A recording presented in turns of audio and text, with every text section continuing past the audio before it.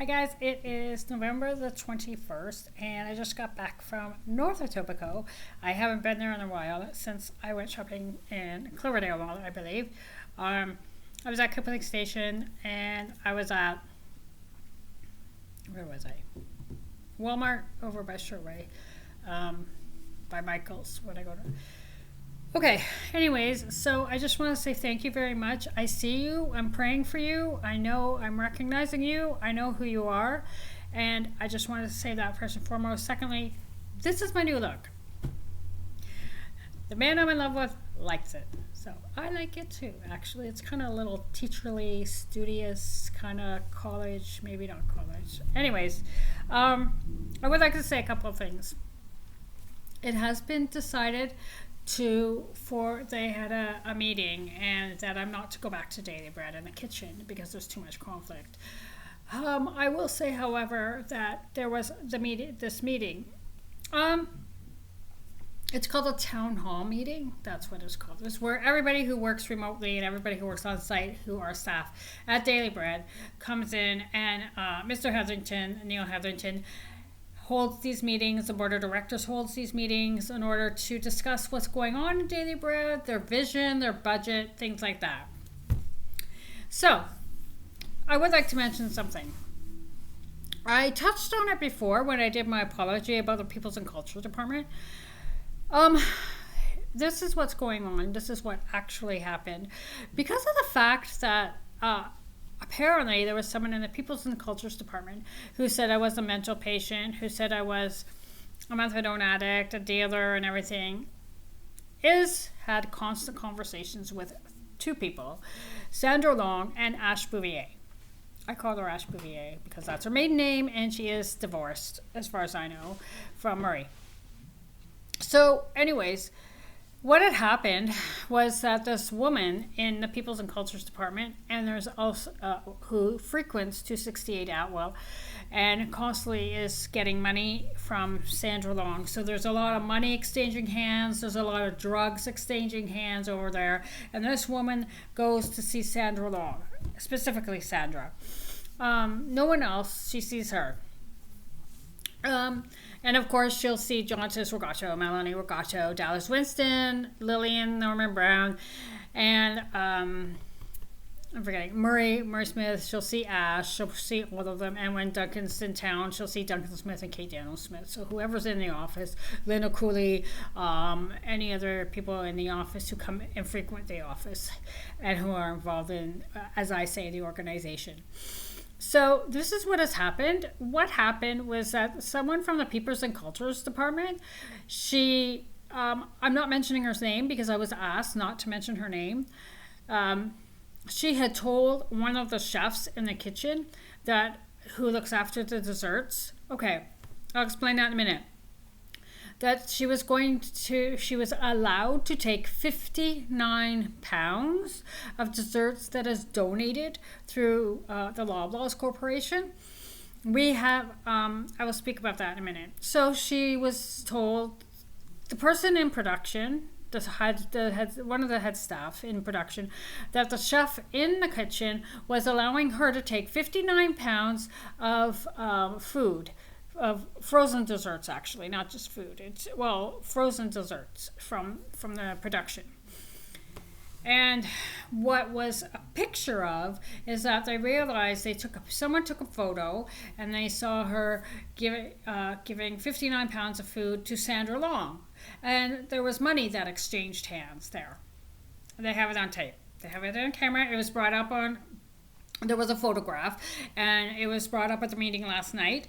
And the head of the kitchen, not Mr. Hetherington, but the head of the kitchen identified Sandra Long as being a former senior leader at Cash Fire Toronto. And this woman who was in the meeting had tried to, with her lie, and try to backtrack, as people always do with lies, and has said, but they have a picture of this woman exchanging money and giving Sandra Long the frozen desserts. I'm going to explain a little bit about this. At Daily Bread Food Bank, one of our biggest, and I'm going to say our because I'm not gone, I'm just waiting for my name to be cleared to go back. One of our biggest donators is the Loblaws Corporation. Galen Weston himself is a huge donator and earmarks food from his distributors and from his distributors that come into the Loblaws Corporation, that come into the Loblaws, and then it goes out, to various stores, such as No Frills, Loblaws, the Real Canadian Superstore, and Zehrs. I've never seen a Zehrs since I've moved to the GTA. So these foods, frozen meats, and when I was in food sorting, every Monday usually we would get frozen foods. The frozen foods would be frozen desserts and frozen meats and frozen prepared dinners. And how do we sort it out? We sorted it out as one side we would have pork, the other side would have beef and chicken. So we would get frozen meat, chicken, and we would get pork such as bacon and pork chops and pork shoulders and hams and ground beef and ground turkey. And then they had frozen, then they would come next with frozen prepared meals like Hungry Man dinners and frozen pastas and things like that you would see in the grocery store. And then you would also get frozen desserts. Now, when you go to the grocery store, and I do this all the time, you go over to the grocery store and they have the clearance section. Because of the rise in groceries all the time, I worked at Loblaws, okay? No, not Loblaws. I worked at the Real Canadian Superstore. And I wonder if I have something here. I did. I went to Walmart. So this is from Walmart. All right. There are two things that we go by. And if I have something, okay. They have the SKU number here, right? So that recognizes how to pay for it. It also recognizes the fact that if there's ever a recall in products, like there's big, huge recall most recently in Uncle Ben's long grain white rice. So quite often, if there's a recall, you can go by the SKU number, and you can also go by the other thing. It's called Julian codes. And so when something is pulled off a shelf or goes on clearance, what happens is that the staff in the bakery, in butchers or anything like that, in delis or anything in the certain departments, they're going not only by the expiry date, there's different from a best before date, the expiry date, the SKU number, and the Julian codes. So those are all codes that they have to go by in terms of determining how to, first of all, price the item. Secondly, the weight and the category of the item, the food you eat. And third, how long is it going to be good for? So what Daily Bread gets is when you go and you see items and food items that have they've been donated by No Frills or Superstore or anything like that, or Loblaws, and they get the food that goes on clearance that you see when you're at the grocery store. So they're still good. It's perfectly good. You can, and I've done this. When I used to go shopping, I used to look at the clearance. I used to look at the meat 30% off. It'll say 30% off because the Julian codes, they need to clear it out. So, but you put it in the freezer and it's good for the 3 months, right? So we get these desserts. The desserts and the meats go to the kitchen directly. Generally, pounds of it. I would say they first go to the kitchen and then they go to be packaged up for the food bank for what they give out in the food bank, and they go into boxes and they have in the warehouse in the freezer there. They have them labeled frozen meats, frozen chicken, frozen pork, whatever they are, frozen pork. It's generally labeled frozen chicken, frozen pork, frozen beef, and frozen desserts, and frozen breads, and frozen prepared meals.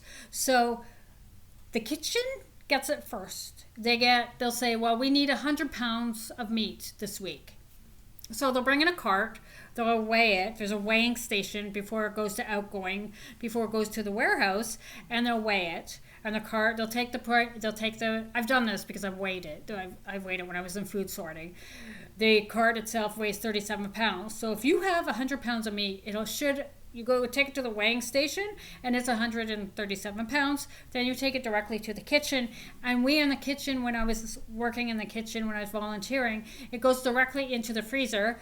Randy, who's generally in charge, Chef Randy, who's in charge of the main courses, he'll go into the freezer and the freezer, there's two freezers. There's the big, huge freezer that's probably the size of my living room, and then there's the freezer that's probably the size of my bedroom. So they go into the freezer, and the small freezer has desserts. Generally speaking, we get anywhere between the 50 to 100 pounds of desserts. It'll be asked.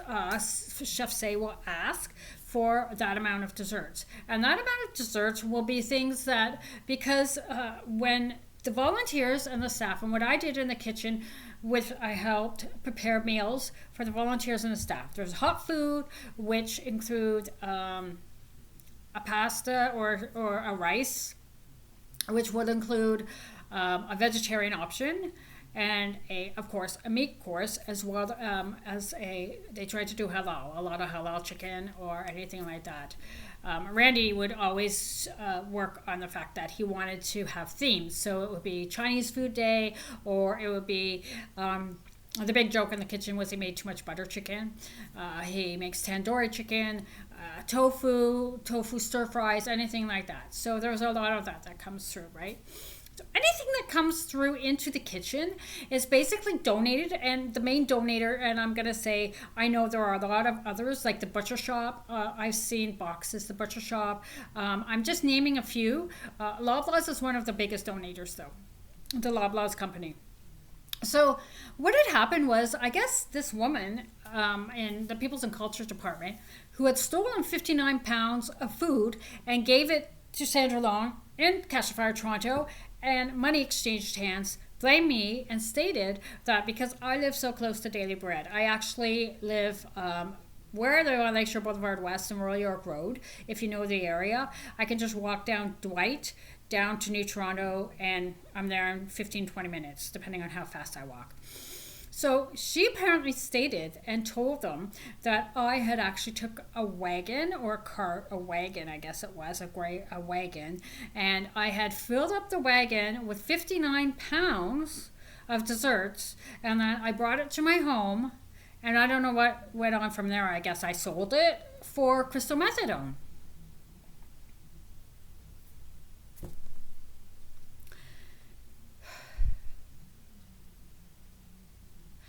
So, not only was there a lot of conflict because of these certain women and certain women who complained that I spent too much time there, that I shouldn't spend all day there. When broached with that by Human Resources, stated, why don't you just sign up for all day, every day? No, we have better things to do than volunteer here all day, every day. You have better things to do, then fine. I have a passion. Some people call it an obsession. I don't. I have been hungry. I have been homeless. I'm not going to say homeless. I have been without a residence. I know what it's like. The new term, food insecurity. Yes. I don't want to say that because that invokes something for me that is not something that I wish to enter into. I had an eating disorder many years ago. So, anyways. So I just found this out.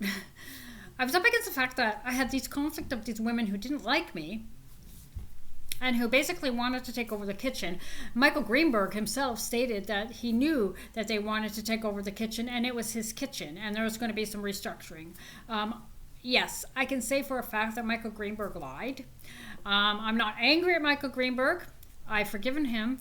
But the reality is when this woman continues to lie about me, and she's getting those lies, and like I said, the link from Catch Fire Toronto, which is already facing a huge defamation of character and is already giving me restitution money of over, I'm gonna say it, $500 million or 500 million smackaroonies, as James Gingrich would say. And that's what it is. It's going to be the destruction of the church because of people like Sandra Long and because of people who Lillian Brown, Norman Brown, Jonas Regato, Dallas Winston, Melanie Regato, Duncan himself, Murray, Ash, say it.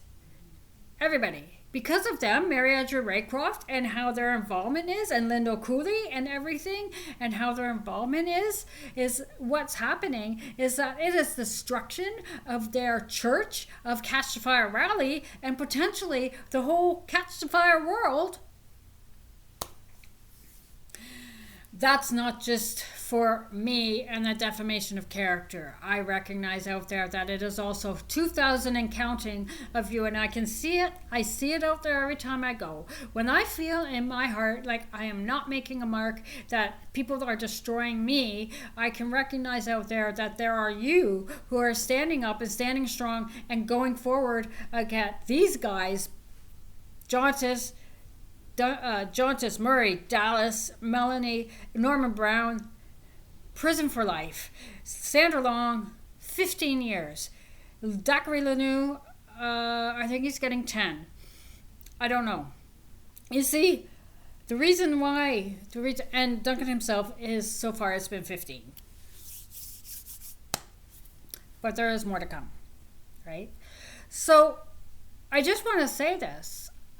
I am still praying, and our Heavenly Father has told me He's going to open a door, and I don't know when that door is going to be open, but I said that I'm willing to go back to food sorting. There's nothing wrong with food sorting. I went to the kitchen mostly because of the fact that I have I have education and I have experience working in a kitchen, and that's why I went to the kitchen.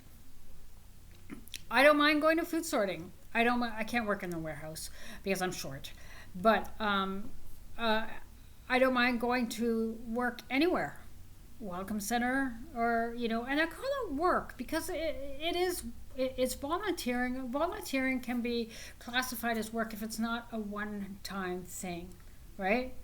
Well, that's what I think. And one time is when, volunteering, when I volunteer for Princess Margaret. And the journey to conquer cancer and the walk to cure cancer. When I volunteer, that's volunteer, So I was given permission to speak about this. I am still in touch with with certain individuals over there. They were spoken to by members of the Peoples and Cultures Department at first that they couldn't allow me to go in. They couldn't allow people to come and see me or to contact me. The board of directors said this, as well as human resources, I guess. The reason why is because Sandra Long had contacted the Peoples and Cultures Department and said that I was just going to go fly off the handle and get freaking angry and start bawling my eyes out and get upset and start freaking out with daily bread and, no. That was the old me. The old me would have done that because of the fact that I see things happening, and I see the fact that these people like Sandra Long and Melanie Regato and Lillian Brown and Dallas Winston and Norman Brown and all of these people, even Duncan Smith, I see them and I see their injustice, but I just want to say something. Yes, I do get angry. I get very angry when I go out and I see what Jonathan has done, what he's done to the Nigerian community, what has happened to the Asian community, what Murray did at Freshwind, what Murray did at camp, what Duncan has done at different conferences, the young women, the children, the youth. I get angry at that.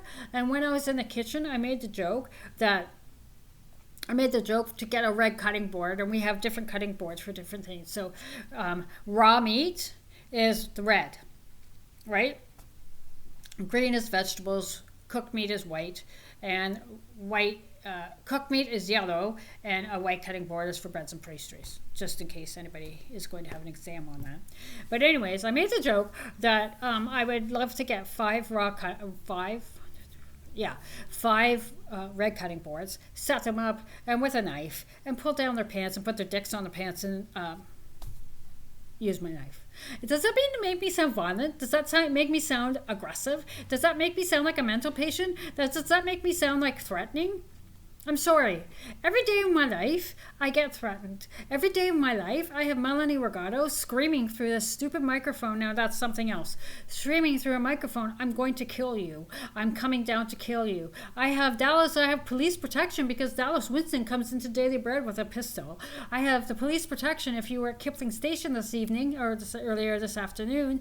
They drove right down Kipling Station, right where the buses are, because Jonas Regato was following me with a gun.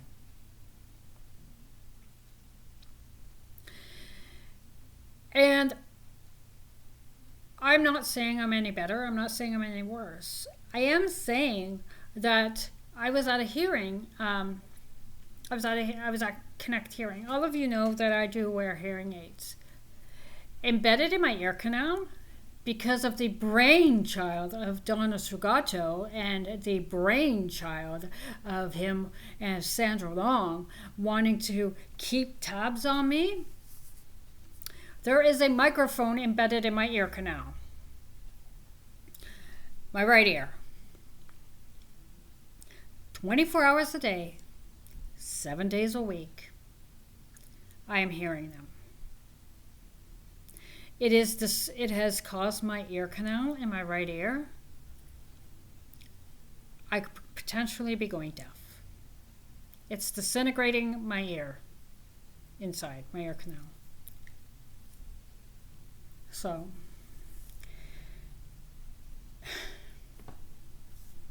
but with that being said, I do believe in healing, and I do believe that our Heavenly Father will heal it. I believe in that. I do.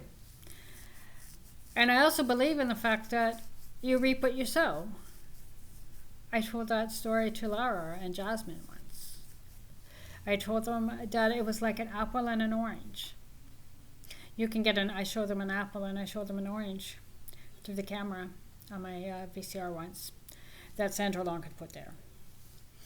And I showed them an apple and an orange, and I said that the apple, look at how there's all these imperfections and bruises, and and you put an apple back in the bowl, and it's going to continue to get moldy, and it's going to continue to destroy and make all the nice apples, and they're going to make it not worth eating, and you can't eat it. You have to throw them all out. They're all garbage. The orange that has imperfections is what forgiveness, and it's what forgiveness it is without spot. And that mentions what forgiveness is, what the cross was about. And that was kind of like my little story. The apples at 268 Atwell and 272 Atwell are being thrown out. And you know where they're going. That's right. And the apples at 2304 Page Road, Durham, North Carolina, at Geshfar Raleigh, are being thrown out. We just have to worry about the apples at Daily Bread and how they're connected over to the food, Geshfar Toronto.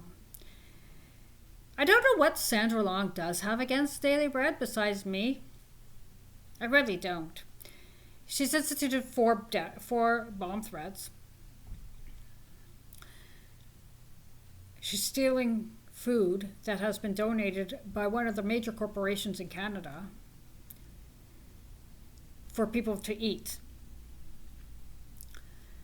She's sending people like Dallas Winston to come in with a pistol, to endangering the lives of people, not only clients, but volunteers and staff members.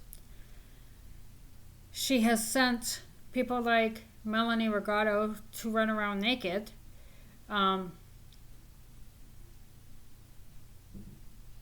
once again, that's not really endangering anybody. Well, Melanie carries a knife or a gun as well. I do know she is generally armed when she leaves the office. So, I don't know what Sandra Long has against Daily Bread. Or is it just me? So, anyways, that's the way it is right now. I am praying that I will go back very shortly. Um, I'm being allowed to bring Christmas cards and banking in. I explained that Daily Bread is my community that our Heavenly Father gave me. I didn't say that because the person I sent the email to doesn't believe in God. He's in the organization, and I told him that it was a community, it was a family, it was where my friends were, and it's where I've chosen to become part of the community of which I live and give back, because I'm also a client, right? So, and what I didn't really understand, and they brought this up at the town hall meeting, was the person, Michael Greenberg, who is the head of the kitchen, who said he really didn't feel that I was the conflict in which I had that I do over, and he really didn't want me in the kitchen. In fact, he had a problem with me. So about a month or two ago, I don't know. But the reality is this man, he wrote a reference letter for me when I had 329 hours, and was it 329? And he also spoke about to the head. There was to the head of the kitchen. If I'm being correct about this, that they wanted to open the budget back in September to have me hired. So you see, when the conflicts arise, and they are individuals who all of a sudden now decided that maybe in January they don't want to volunteer any longer, that these women don't want to volunteer any longer in the Daily Bread kitchen. So I guess there's going to be a lot of changes happening.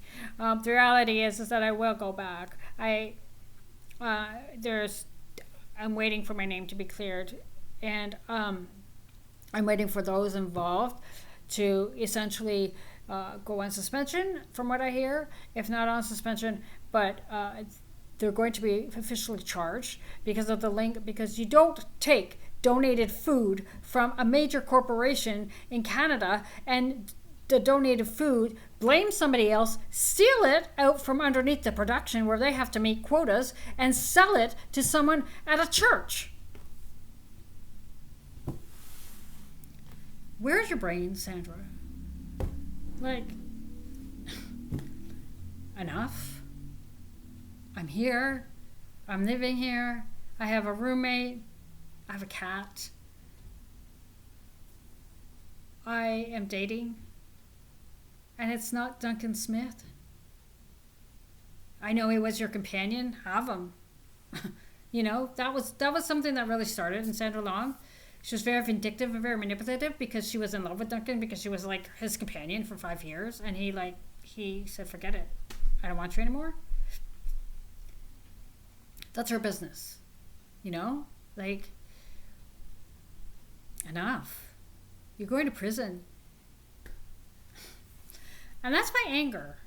And sometimes I just get fed up to here with it, but then I turn around and I know that because of our Heavenly Father, who is completely in charge, and I know that because I look to Him and I don't look to man, because when I look to man, I end up homeless. When I look to man, I end up hungry. When I look to man, I end up almost leaving this earth. I look to Him and He brings me this. And I look to Him and He gives me a home. I look to Him and He gives me what I need, what I want, and what I have desired. So keep in mind that I am still praying for you, and keep in mind that I am still working on doing the rally, the gathering, the rally, and keep in mind that I do need prayer to get back. There has been petitions, there has been people, my friends over at Daily Bread, both staff and volunteers, who have been rallying as well. There's been a rip right down, and people are angry all around. People are like, oh, you wouldn't believe this. Anyways, so once I found out the connection with Castle Fire Toronto and all of the lawsuits and everything, and that was spoken about, and once I found out that the person who took them is a liar, and she herself is an addict, and I don't know if she's a dealer. I'm not going to say this, but I do know she's an addict. So once I found that out, And once they also found out about how the fact that I have almost 700 hours and I haven't done anything wrong to anyone except been in conflict with these women. One of them who lied because I thought she was my friend and gave me furniture. Okay. Anyway, so that's what's going on now. And I'm still getting ready for Christmas. And my roommate's in Nunavut. And if you saw me coming out of Walmart today up by North Queen, by Sherway, with a big, huge teddy bear, that teddy bear is for her. That's my first Christmas shopping for this year. That teddy bear is for her daughter. She wanted a teddy bear for Christmas. So that's part of her gift. Have a wonderful evening, and I will be speaking to you very soon. Bless you all.